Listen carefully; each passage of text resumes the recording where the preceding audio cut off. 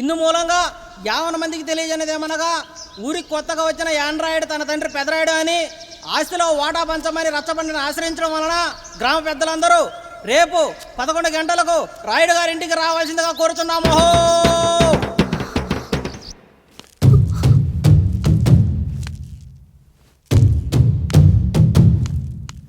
ఎందుకొచ్చారు? తన తాత పాపారాయుడు గారు ఆస్తి తనకు కూడా కావాలంటూ పంచాయతీలో ఫిర్యాదు చేశాడయ్యా.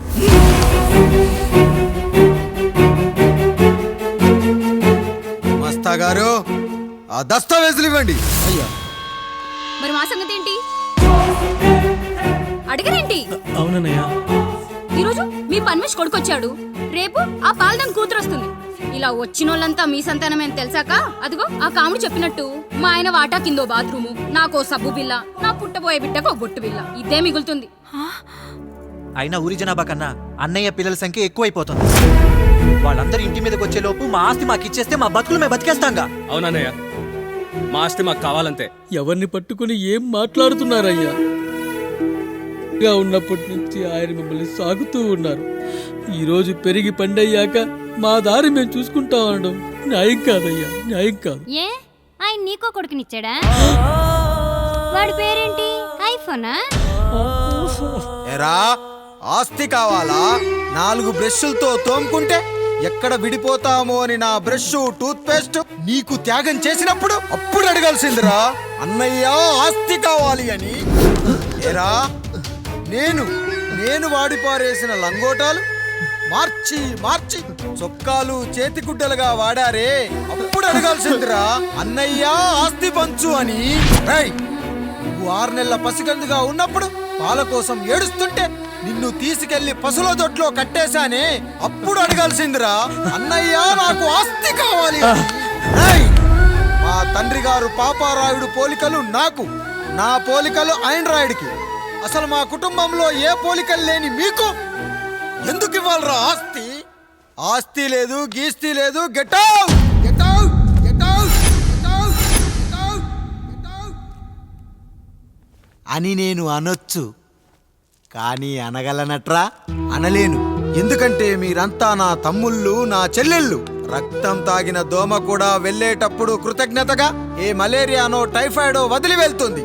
కానీ రక్తం పంచుకొని పుట్టిన మీరు ఈ అన్నయ్య కోసం ఆస్తి కూడా వదల్లేకపోతున్నారు కదరా. గుమస్తా గారు, నా యావదాస్తి నా తమ్ముళ్లకు చెల్లెళ్లకు వాళ్ళ పేర్ల మీద రాయండి. నాకు చిల్లి గవ్వ కూడా అక్కర్లేదు. ఇక ఈ ఇంటికి నాకు ఎటువంటి సంబంధం లేదు. లక్ష్మి, సావిత్రి, మీ చీరలు విప్పేయండి. ఇక్కడికి వచ్చేటప్పుడు ఏ చీరలు కట్టుకున్నారో వెళ్ళేటప్పుడు కూడా అదే చీరలు కట్టుకోండి. వెళ్ళిపోదాం. దస్తావేజులు తీసుకురండి.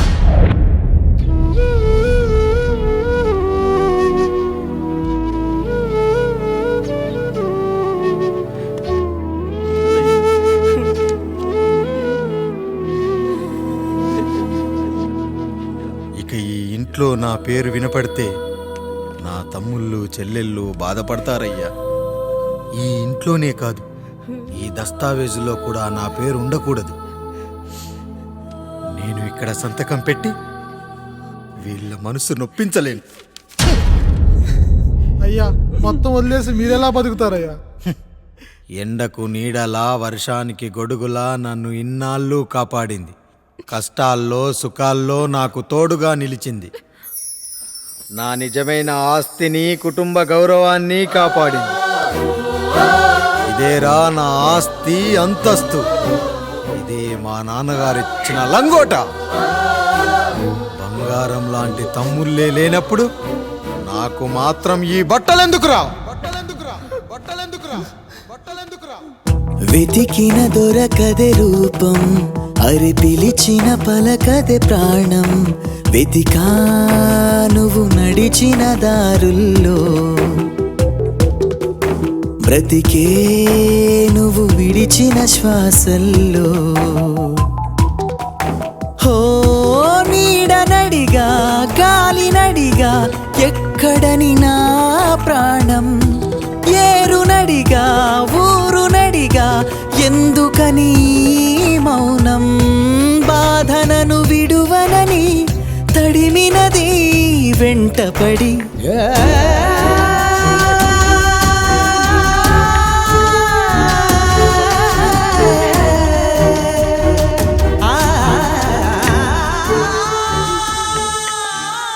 ఏమండి పప్పులో మీ చెవట పడుతుందండి. ఇడ్లీలో 2 చెంచాల ఉప్పు తగ్గించు లక్ష్మి. ఎలాగో మనం పేదోళ్ళమే కదా, కనీసం ఉప్పు ఖర్చైనా తగ్గుతుందనుకో.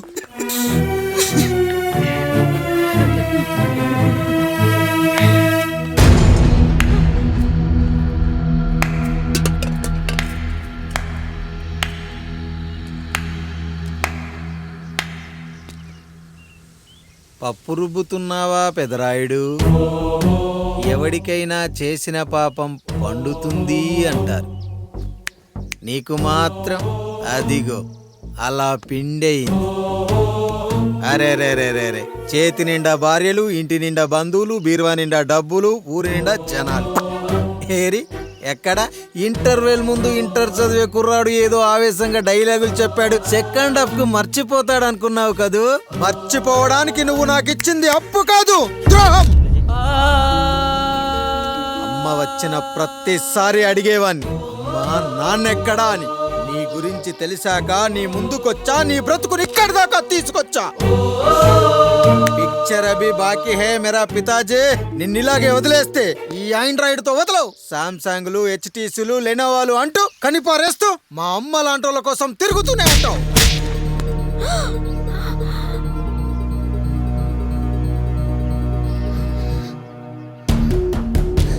అమ్మా అమ్మా ఛీ, నన్ను అలా పిలవకురా. ఎవరిని పట్టుకొని ఎన్ని మాటలు అంటున్నావురా?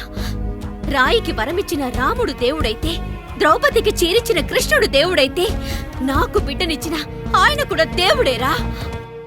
ఏంటి ఇలానే వదిలేస్తే బిడ్డల్ని కంటూ వెళ్తాడా? అసలు ఆయన కంటూ సొంతంగా ఒక్క బిడ్డ కూడా లేడు.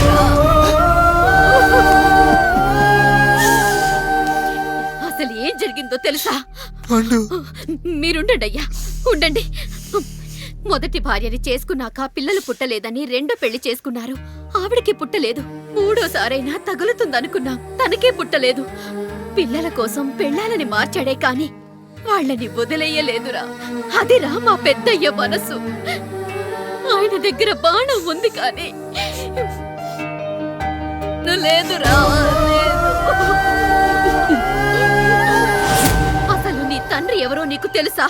తెలుసా? ఇదిగో ఈ కాముడేరా నీ తండ్రి. గేదె నల్లగా ఉన్నంత మాత్రాన పాలు తెల్లగా ఎలా ఉన్నాయనే కదరా నీ ప్రశ్న. దానికి సమాధానం చెప్పాలంటే, ఒక వర్షం కురిసిన రాత్రి నేను 9వ నెల బాలింతగా ఉన్నప్పుడు. పండు పండు ఇదిగో. ఏమిటండి ఇది? నిద్రలేస్తే నేను, బయటకెళ్తే గంటోడు, పక్కకెళ్తే పాలేరు, ఎప్పుడూ తిరిగే తాయారు. రోజు మమ్మల్ని చూసి చూసి బిడ్డ కూడా చిట్టుమొహం వేసుకుని పుడతాడేమో అని భయంగా ఉంది. కడుపులో ఉన్నప్పుడు మనం ఎవరి మొహాలైతే చూస్తామో అచ్చం వారి పోలికలతోనే పుడతారంటారు. పొరపాటున నా పోలికలతో పుడితే? అదేంటి కాముడు, నీకేం తక్కువ? జుట్టు ఉండాల్సిన చోట లేకుండా అవసరం లేని చోట విపరీతంగా పెరిగిపోతుంది. మనకు పుట్టబోయే బిడ్డ గొప్ప అందగాడై ఉండాలి. ఇదిగో రోజు ఈ దేవుడి ఫోటోలు చూడు, వాళ్ళలాగే అందంగా పుడతాడు. కడుపుతో ఉన్నప్పుడు ఎవరి ఫోటో చూస్తే ఆ పోలికలతో బిడ్డ పుడతాడా? కనిపించని దేవుడి పోలికలు నా బిడ్డకెందుకు? ఈ ఊరికి దేవుడు రాయుడు. నా బిడ్డ ఆయనలాగే పుట్టాలి, ఆయనలాగే పుట్టాలి.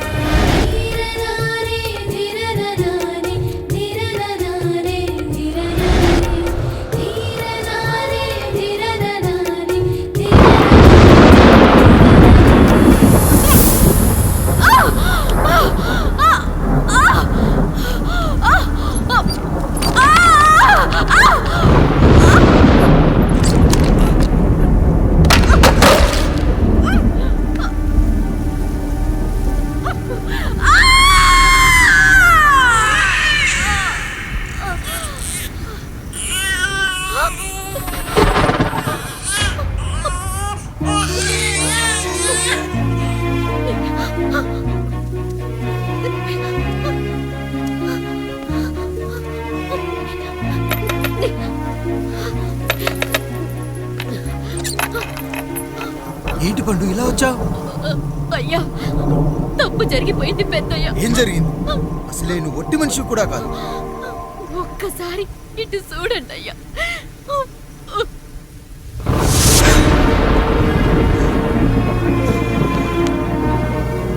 వీడేంటి అచ్చం నాలా ఉన్నాడు? అసలేంటి, ఎందుకు ఇలా జరిగింది? నువ్వు ఎప్పుడైనా చీకట్లో పంపు సైడ్ దగ్గరికి వచ్చావా? మరి అమలాపురంలో శివాలయం దగ్గర రత్నాలు నీకేమైనా అమ్మవుతుందా? పిఠాపురంలో పద్మం, రామాపురంలో లక్ష్మి, కాకినాడలో సుజాత. అయ్యో దేవుడా, అసలు ఇదంతా ఎలా జరిగింది పండు? అయ్యా, ఇదంతా కాముడి వల్లే అయ్యా, కాముడి వల్లే. కాముడా? కాముడు కుటుంబానికి నాకు ఏం గుర్తు రావట్లేదే. ఎన్నని గుర్తు పెట్టుకోగలను నేను మాత్రం? అయ్యా, అది కాదయ్యా.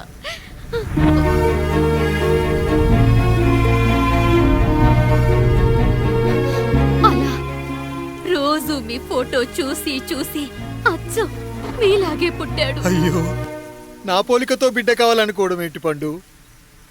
నువ్విలా చేయడం ఏంటి పండు? పోలికల కోసం ఫోటోలు ఎందుకు చూసావు పండు? అందుకే కదయ్యా ముందు ఆ డైలాగ్ చెప్పాను, తప్పు జరిగిందని. ఇప్పుడు ఏం చెయ్యాలయ్యా? స్వచ్ఛమైన మన ప్రేమను ఈ పాడులోకం అర్థం చేసుకోదు. కనీసం మీ ఇద్దరి జీవితం బాగున్నా ఆనందపడేవని. వీణ్ణి ఇక్కడ ఉంచొద్దు పండు, బయటికి పంపించు. బయటికి పంపించి బాగా చదివించు, గొప్పవాణ్ణి చెయ్యి. వీడికి అయ్యే ఖర్చంతా నేనే భరిస్తా. అవసరమైతే ఆ డబ్బు కాముడి జీతంలో కట్ చేద్దాం. అయ్యా, వెళ్లే ముందు వీడికొక పేరు పెట్టండి అయ్యా. వీడు ఇంకో రాయుడు, అంటే ఇంగ్లీష్లో అండ్ రాయుడు, అండ్ రాయుడు.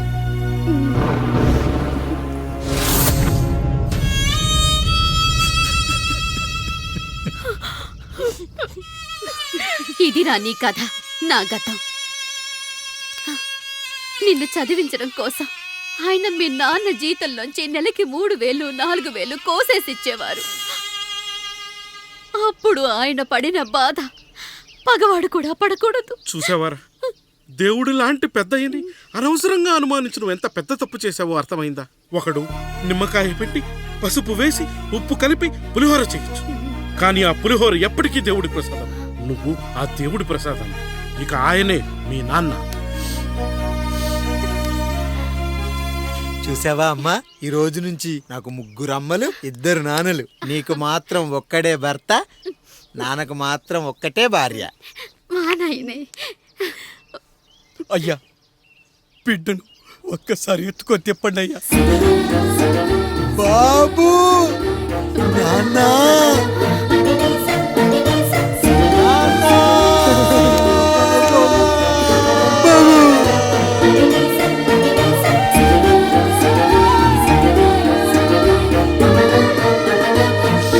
నన్ను క్షమించు నాన్న. ఇప్పటికైనా నిజం అర్థం చేసుకున్నావు. అది నాకు చాలురా, చాలు. చాలదు నాన్న. నిన్ను ఏలెత్తి చూపిన జనంతో చెయ్యెత్తి దండం పెట్టించాలి. అన్నయ్య కంటే ఆస్తి ముఖ్యమనుకున్న మన కుటుంబానికి గుణపాఠం నేర్పించాలి. ఇక నాకు వదిలే నాన్న, నేను చూసుకుంటా.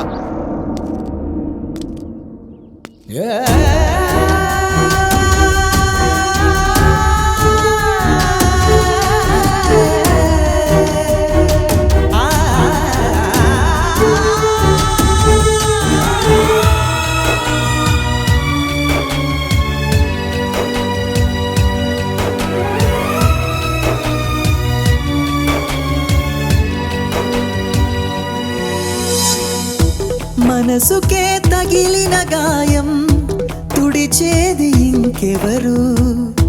మనిషిలో పెరిగిన ద్వేషం తొలచేది ఇంకెవరు? గుండెలో పగిలిందా కన్నీటి పర్వతమే? ఓదార్పు కరువయ్యే బంధాల సంద్రములో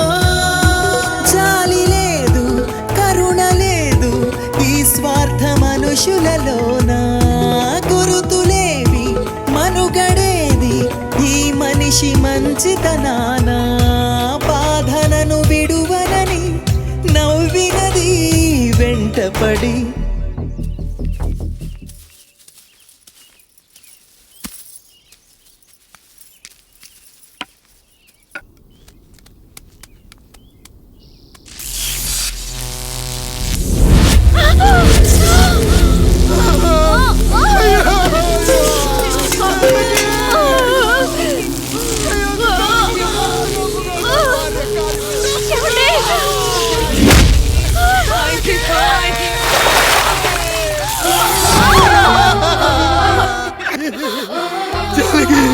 అయ్యో అయ్యో చచ్చిపోతున్నావా? ఎందుకు ఇలా జరుగుతుందండి? నీ మనసులో మాట నాకు తెలియదా? నేను చచ్చిపోతున్నాను, మీరు ఇంకో పెళ్లి చేసుకోండి అని అంటావు కదా. అది కదండి. అయ్యో మరి ఏంటి జానకి? హాస్పిటల్కి తీసుకెళ్ళండి.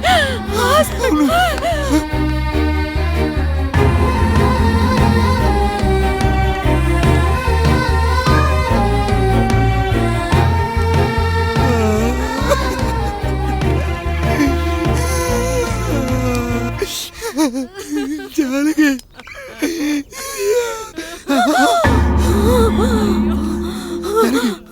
ఏమండి? నేను వెళ్ళిపోతున్నాను. నా కోసం చివరిగా ఒక పాట పాడండి.